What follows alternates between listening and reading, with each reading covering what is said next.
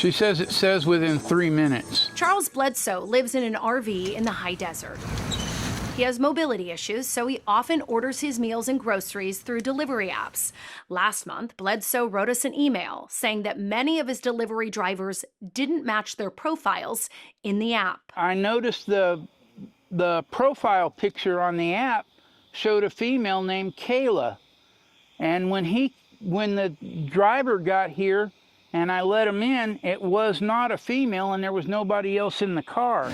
Bledsoe says that driver tried to force his way into his RV, and that's when he says he showed the driver that he had a gun. I couldn't have physically dealt with him. I think he'd have been able to overpower me pretty easily. And when he saw the weapon, he backed off and went back out of the motorhome and he left. Bledsoe contacted DoorDash to report the incident, but he says all he got back was a credit for his next order.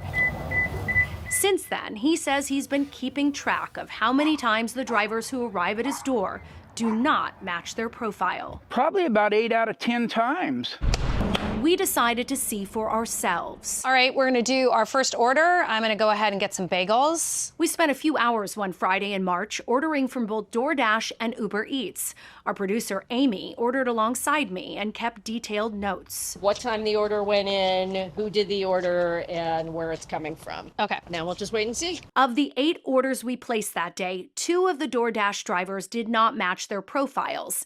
That's 25% if you're counting. So we just ordered from Jamba Juice, and it was supposed to be a guy who looks like in his mid-30s with a beard named Aram. Instead, it was a man much younger without a beard. I looked deep into his eyes, and it's not the same guy. Our last order of the day came from Juice Crafters, and once again, the driver who pulled up was not the person in the driver profile. Our final 8th delivery of the day was supposed to be a woman.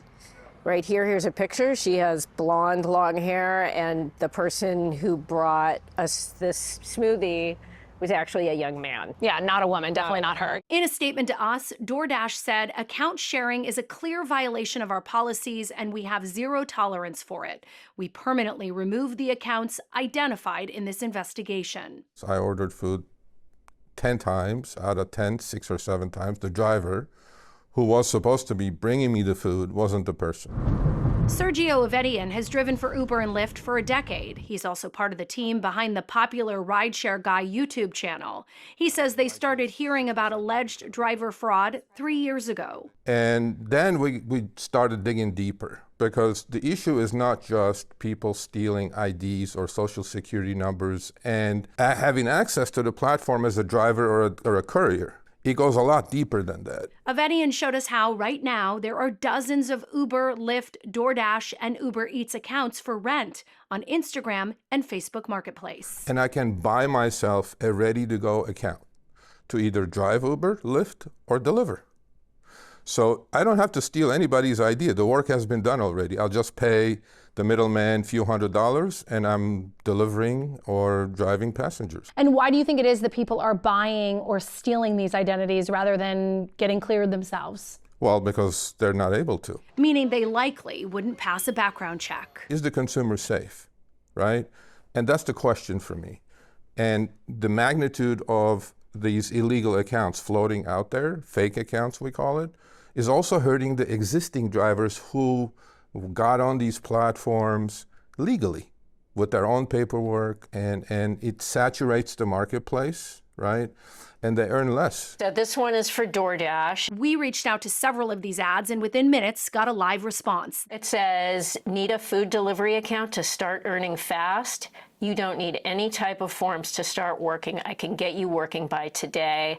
Don't wait for approvals or background checks. This one, written in Spanish, says, open a DoorDash and Uber Eats account. We asked, how does it work? To which the seller replied, you need an ID and social security number to open an account.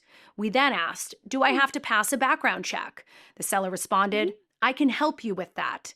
He also said, if you don't have a driver's license, it's not a problem. We got to keep asking questions. We have to digging in. Democratic Congresswoman Debbie Dingell from Michigan has been pressuring rideshare companies to improve safety for passengers.